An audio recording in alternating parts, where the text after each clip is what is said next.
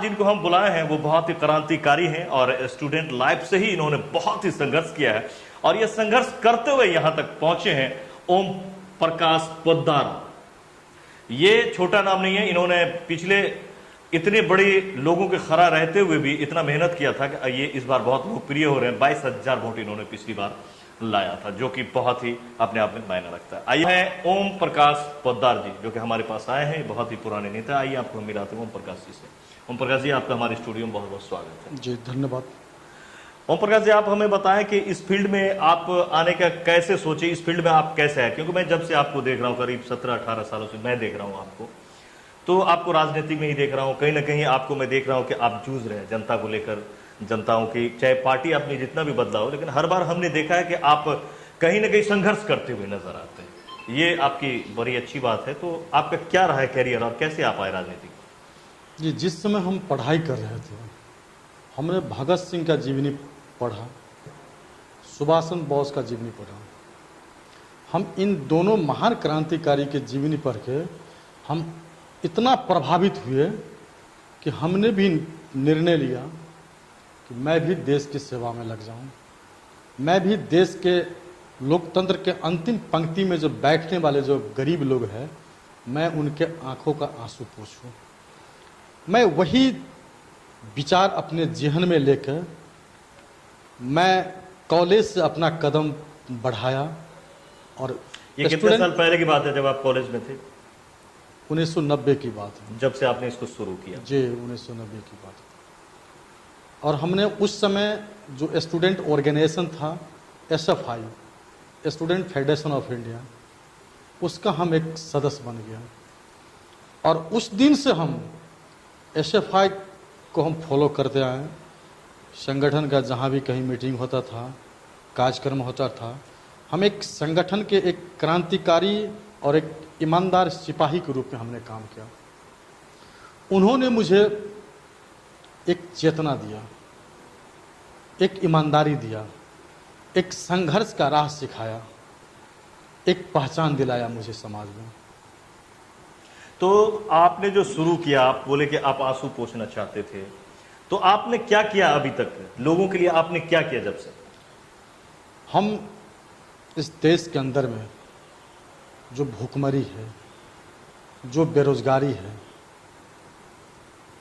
जो पलायनवाद जो चल रहा है, अभी भी देश के अंदर में 80% लोग एक शाम खाना खाता है और एक शाम खाना उसको मिलता ही नहीं है। मैंने उन लोगों के लिए, मैं on the time of student leader, मैं वहाँ से इनकलाब जिंदाबाद हमने किया।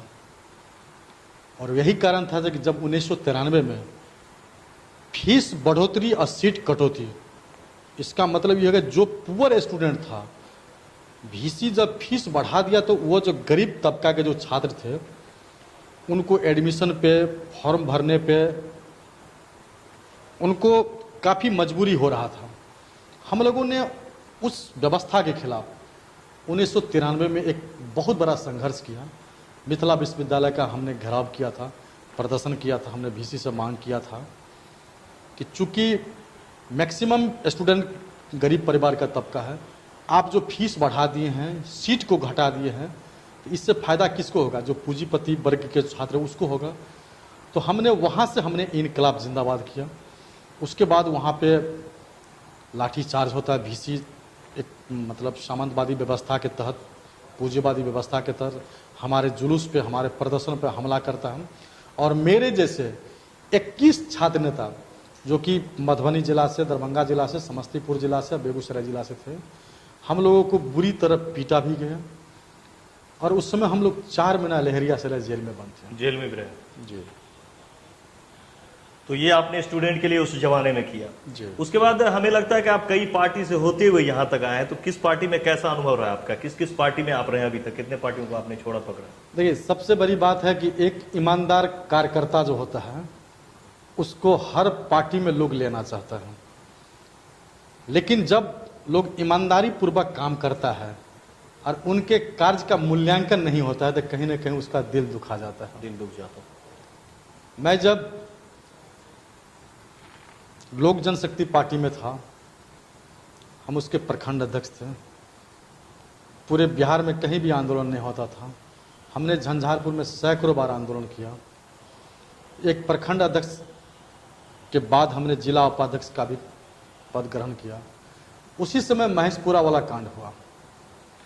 महेशपुरा वाला कांड का मतलब है कि महेशपुरा गांव जो झंझारपुर प्रखंड में पड़ता है जी, उसमें विनोद महतो नाम के लड़का को पुलिस प्रशासन के द्वारा उसकी हत्या कर दिया जाता है। यह बात पूरे गांव में, कई गांव में जो है सो फैल जाता है। पुलिसिया जुल्म के खिलाफ एक बहुत बड़ा आंदोलन होता है, जिस आंदोलन का मैं भी एक हिस्सेदार था। और स्थानीय झंझारपुर मार्केट में जो राम चौक है, वहाँ पे लाश को रख के प्रदर्शन किया जाता है।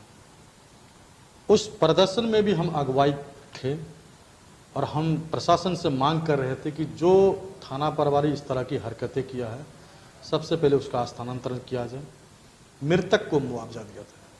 मेरा जो एक सिस्टमेटिक मांग होना चाहिए वो हमने वही मांग किया। और मेरे मांग को मैं नाम नहीं लेना चाहता हूँ, वो भी मैदान में है। उस समय वो ग्रामीण विकास मंत्री हुआ करते थे और कहीं न कहीं लोकल पॉलिटिक्स के इशारे पर हमारे जैसे बैकवर्ड कम्युनिटी के लीडर को बुरी तरह पीटा गया और उसमें झूठा मुकदमा हम लोगों के ऊपर, मेरे जैसे 78 लोगों पर, जिसमें कि हिंदू मुस्लिम सभी मतलब सभी वर्ग के लोग थे। 78 लोगों को बुरी तरह पीटा गया, उसको जेल में बंद कर दिया गया। और हम इसी झंझारपुर जेल में उस पुलिसिया जुल्म के भी खिलाफ हम 4 महीना इस झंझारपुर जेल में थे। फिर तीसरी बार भी आपको जेल जाना पड़ा किसी कारण से? तीसरी बार तो हम इससे पहले 2004 में भी स्टूडेंट पॉलिटिक्स में ही हमको दरभंगा जेल जाना पड़ा। 3 बार हमने जेल यात्रा, राजनीतिक जेल यात्रा की। चलिए, तो मेरा अपना व्यक्तिगत किसी से कोई मुकदमा नहीं। आज तक हम अगर जेल गए तो राजनीतिक आंदोलन के तहत, देश के चलते, एक सही व्यवस्था का निर्माण करने के चलते, एक भ्रष्टाचार को मिटाने के चलते हम जेल यात्रा गए। चलिए, ये क्रांतिकारिता तो आपको दिख रहा है।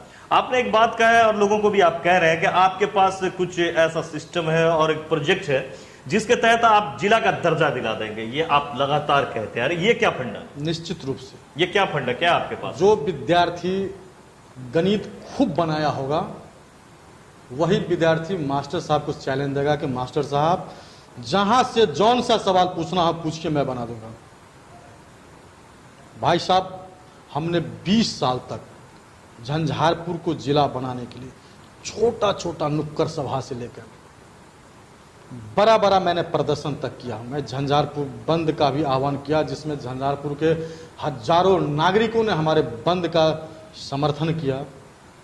हमने बड़ी बड़ी घेराव किया, प्रदर्शन किया। और हमको लगता, मैं एक सिंगल पर्सन हूं जो झंझारपुर को जिला बनाने के सवाल पर मेरे ऊपर 2015 में अनुमंडल पदाधिकारी मुकदमा भी किया हुआ है, जिस मुकदमा में अभी मैं जमानत पर बाहर में हूं। मुझे दर्द है।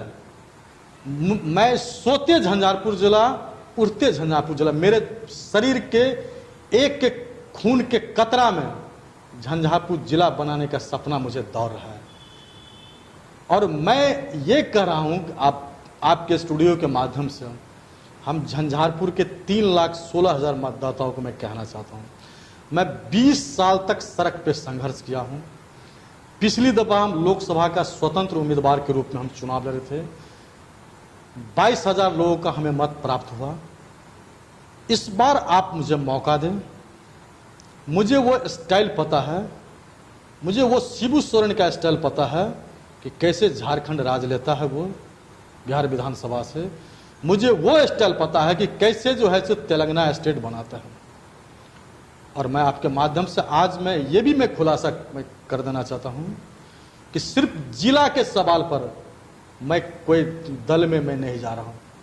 आज मैं अगर आरजेडी का एमएलए हो जाऊंगा ना, तो मैं विधानसभा में आवाज नहीं उठा सकता हूं। विधानसभा में मैं संघर्ष नहीं कर सकता हूं, क्योंकि उसमें मैं उतना ही बोलूंगा जितना हमें सचेतक बोलने का परमिशन देंगे। मैं आज बीजेपी का एमएलए हो जाऊं, जेडीयू का एमएलए हो जाऊं, मुझ में हो सकता है परिवर्तन हो जाएगा, लेकिन मैं क्षेत्र के लिए जो मेरे जेहन में जो सपना है कि झंझारपुर जिला बनाना, मैं नहीं बना पाऊंगा। क्षेत्र की जनता की जहां तक आप बात कर रहे हैं, बड़ी अच्छी बात है, उनके लिए आप लड़ते आ रहे हैं, कर रहे हैं, और आप कह भी रहे हैं कि आप करते हैं। तो एक सवाल है कि अभी कोरोना का समय गुजरा है, अभी भी चल रहा है, इस कोरोना में आपने क्या किया अपनी जनता के लिए? इसमें जो सरकार का जो नॉर्म्स था, सोशल डिस्टेंस का पालन करना, अपने घर में रहना, हमने भी अपने जनता को इस तरह का वो हमने एहतियात दिया कि आप सरकार के रूल रेगुलेशन और जो मेडिकल टीम या जो WHO का जो फॉलो है वो करना। और मैं इस कोविड-19 में कंजर बस्ती है सुखेत में, उसको हमने 3 महीना लगातार रिलीफ दिया। मैं यहाँ का स्थानीय व्यापारियों से ये जानना था मुझे। सहयोग लेकर जी, चाहे कोई व्यापारी आटा देता था, कोई चावल देता था, कोई आलू देता था, कोई प्याज देता था, ये बड़ी बात। तो वो हमने 3 महीना तक उसको जो है सो कंजर बस्ती, जो वहाँ के जो सरदार है रमेश कंजर, उनके माध्यम से हमने 3 महीना तक उनको दाना पानी अनाज उनाज का सप्लाई किया। ये सवाल असल सबसे ज्यादा रहता है जनता का। तो एक सवाल और मैं आपसे जानना चाहूंगा पोद्दार जी, आप यहाँ 18 इस बार कैंडिडेट हैं आपके साथ, जिसमें बड़े बड़े भी लोग हैं और कुछ नॉर्मल लोग भी, कुछ नए चेहरा भी आया है। तो मैं ये आपसे जानना चाहूंगा कि अगले बार भी आपने मांग किया था बॉडीगार्ड का, अंगरक्षक का, जी जी, और इस बार भी शायद आपने मांग किया है। जी जी। तो बहुत सारे प्रत्याशी, उनको जरूरत नहीं पड़ती है, आपको क्यों जरूरत पड़ती है? तो आपको कहीं दबंग तो नहीं समझते लोग? देखिए ऐसी बात नहीं है। नहीं, बहुत सारे दबंग नेता हैं, और तो झंझारपुर से आपको दबंग नेता माना जाए क्या? चूंकि देखिए होता है क्या, जब लोग जमीन पे संघर्ष करता है ना, तो उसकी पहचान एक थोड़ी रहती है, थोड़ा दूर तक रहता है। बड़े बड़े लोगों को वैसे नेताओं से खतरा नहीं होता है, लेकिन जब संघर्ष थोड़ा हाई हो जाता है ना, तो जो लोग मौका परस्ती लोग हैं उनको खतरा हो जाता है। आज मैं ये नहीं समझता हूँ कि हमको किससे खतरा है। हम अपना वो इशू देख रहे हैं, अपना हम मिशन देख रहे हैं। क्योंकि क्षेत्र में कुछ सिरफिरे लोग हैं, कुछ सोची समझी राजनीतिक कार्यकर्ता है, जो कभी हमारे गाड़ी पे हमला कर देता है, जो अच्छा, आप पे हमला हो चुका है? जी, जो वो कभी कभार मेरे से उल्टा सीधा सवाल किसी इशारे पर, मैं जानता हूं कि उसकी उतनी तो हैसियत इसके नहीं, लिए प्रशासन भी तो है। इसीलिए तो मैं मांग रहा हूं। अभी सवाल है कि हम लोगों से वोट मांगे कि हम उसको सवाल का जवाब दें। चूंकि वक्त कम है, 3 लाख लोगों के बीच में मुझे जाना है, इसीलिए मुझे अंगरक्षा का जरूरत है, ताकि मैं सेफ रहूं और लोगों के बीच में मेरा जो अच्छा, आपके पास प्रोस्पेक्टस में एक तो है जिला आप बनाएंगे आप, और क्या है आपके पास? जैसे अभी बहुत सारा जो है आप देख रहे हैं कि लोग छोड़ छोड़ के परदेश यहाँ आ गए, बेरोजगारी भी बहुत बढ़ गई है, और भी समस्या है, तो और भी क्या है आपके पास इसके अलावा? देखिए, हमारे झंझारपुर में 30 साल से पेपर मिल का जमीन इनक्रोच है। पेपर मिल का करोड़ों का सामान मशीन वहां रखा जी, अभी भी दिख रहा है, जंग लग जो गया। अभी भी दिख रहा है, जो बिहार के पूर्व मुख्यमंत्री के नेतृत्व में वहां हुआ था। जी, तो मेरा वही सवाल है, जरूरी नहीं है कि किसी उसका ही बेटा करे, समाज का कोई भी लड़का समाज का उद्धार कर सकता है। मेरा वो जहन है। अगर मैं विधायक बनता हूं तो सबसे पहले तो 6 महीना के अंदर मैं जिला बना दूंगा। क्योंकि सदन में मैं 2 प्रस्ताव लाऊंगा। एक ध्यानाकर्षण प्रस्ताव लाऊंगा, जिसमें हम सदन को अपने आइडियोलॉजी से मैं साबित करूंगा कि why not you will create Jhanjharpur district. Jhanjharpur fulfil all the category for Jhanjharpur district, after then why not. तो वो सदन में हमारा कई दिनों तक बहस होगा सरकार से, सदन के जो सभापति रहेंगे उनसे, और उनसे मैं आग्रह करूंगा कि जो मैं दस्तावेज पेश कर रहा हूं 150 पेज का, या जो मैं कहूंगा आपसे, उसके लिए आप एक 3 मैन कमेटी या 5 मैन कमेटी से सर्वे करवा लीजिए कि झंझारपुर जिला बनने लायक है या नहीं है। चलिए, अब मैं आपसे एक सवाल करना चाहूंगा। आपके फैमिली का पहले से भी कोई राजनीतिक कैरियर रहा है या फिर? कोई नहीं। कोई नहीं। मेरे पिताजी वैद्य साहब थे, उसके बाद वो शिक्षक बने। मेरे दादाजी बहुत बड़े वैद्य थे, पिताजी में वो क्वालिटी था वैद्य का। जी जी। और मेरे नाना जी स्वतंत्रता सेनानी थे। और बस सुभाष चंद्र जी का जीवनी जिस दिन से मैंने पढ़ा, भगत सिंह का जीवनी जिस दिन से पढ़ा, तो मेरा पॉलिटिकल ग्राउंड नहीं रहने के बावजूद भी उनका आइडियोलॉजी मेरे दिमाग पर आज तक भी है। और उनका भी वही नारा था, जब मेरा मुल्क आज़ाद होगा तो हर खेत को पानी और हर हाथ को काम मिलेगा। आज भी हम उसी फॉर्मूला पे जो है जो संघर्ष करते आ रहे हैं। इस देश में अगर गरीब भी है, हमारा आर्टिकल 14 कह रहा है, हमारा आर्टिकल 19 कह रहा है, there will be no difference between economical highly soundly and economical weekend soundly. लेकिन आज देश के अंदर वो चीज़ महसूस हम लोग कर रहे हैं, इसीलिए हमारा संघर्ष जारी है और तब तक जारी रहेगा जब तक इस धरती पर भूखा इंसान रहेगा। मेरे जैसे अच्छा, कुछ नए चेहरे भी आए हैं इस बार, कुछ जॉब छोड़ के आए हैं, कुछ ऐसे ही आए जिनका नॉन पॉलिटिकल लोग हैं, उनके लिए आप क्या कहेंगे? या अचानक से ये 18 प्रत्याशी इस मैदान में आ गए? देखिए, लोगों को अधिकार है चुनाव लड़ने का, चूँकि चुनाव आयोग का जो अपना एक मैनुअल है, उस मैनुअल में जो भी आएंगे उसको न मैं रोक पाऊंगा न चुनाव आयोग रोक पाएगा। ये उनका राइट है चुनाव लड़ने का, जनता के बीच में जाए, अपनी बात बतावे और जनता से वोट ले, समर्थन ले। मेरा अलग मिशन है। हम एक मिशन पे संघर्ष किए हैं। जिला के सवाल पर हमने सड़क पर 20 साल संघर्ष किया है। अब हम जनता से मैं वो शक्ति मांग रहा हूँ, वो समर्थन मांग रहा हूँ कि आप मुझे एक बार, आपने 60 साल तक बड़ी बड़ी पार्टी, बड़े बड़े लोगों को, बड़े बड़े पैसे वालों को सदन पठाया, एक बार मेरे जैसे रिवोल्यूशनरी को आप सदन पठाए, लगेगा कि कोई व्यक्ति झंझारपुर का विधायक है। मैं झंझारपुर के लोगों के दुख और सुख में रहूँगा। मैं इतिहास के पन्ने को, लोकतंत्र के पन्ने को और भगत सिंह के सपने को कभी कलंकित नहीं होने दूंगा। और जो मेरा मिशन है, मैं आज भी आपके स्टूडियो के माध्यम से, मैं 6 महीना के अंदर में सरकार को जिला का घोषणा करना पड़ेगा। चाहे मेरा वो ब्लड ले, मुझे तोप से उड़ा दे या डिस्कशन करे, मैं सदन में काम रोको प्रस्ताव भी लाऊंगा और एक डेमोक्रेटिक सिस्टम से मैं सरकार को कंपेल करूंगा कि मेरे पास वो ग्राउंड है। और मेरा तुलना बाट से नहीं करे, मेरा तुलना महाराजगंज से नहीं करे, मेरा तुलना रोसड़ा से नहीं करे। हमको उसी समय मिस किया गया जिस समय शिवहर, अरवल, जमुई, बांका को जिला का दर्जा दिया गया, उसी समय झंझारपुर के साथ सौतेला व्यवहार किया गया। मैं उस नेता का भी मैं नाम नहीं लेना चाहता हूँ, क्योंकि धरती पर जो आया है वो जाएगा। बड़े बड़े नेता बड़े बड़े काम करके जो है इस दुनिया को छोड़ते, उनका एक याद रहता है। मैं उन लोगों में से हूँ जो मैं झंझारपुर को कुछ देना चाहता हूँ। इसीलिए मैं या तो निर्दलीय लड़ना चाहता हूँ या कोई छोटी मोटी पार्टी से लड़ना चाहता हूँ, ताकि मैं सदन में, मुझे बोलने से कोई रोक नहीं सकता है। न तेजस्वी रोक सकता है, न नीतीश कुमार जी रोके, न सुशील मोदी जी हमको रोक सकते। मेरा मालिक झंझारपुर के मतदाता रहेगा, झंझारपुर के लोग रहेगा। और यही सिर्फ जिला के चलते मैं कोई ब्रांडेड पार्टी में नहीं जा रहा हूँ। तो ये ओम प्रकाश पोद्दार जी हैं, और आपने देखा बहुत ही क्रांतिकारी नेता हैं। इनके बातों से आपको लगा होगा, इनके जोश से लगा होगा और इनके काम से भी लगा होगा। तो ये पूरी तरह से आश्वस्त हैं कि अगर हम जीतते हैं तो जिला का दर्जा दिला कर रहेंगे।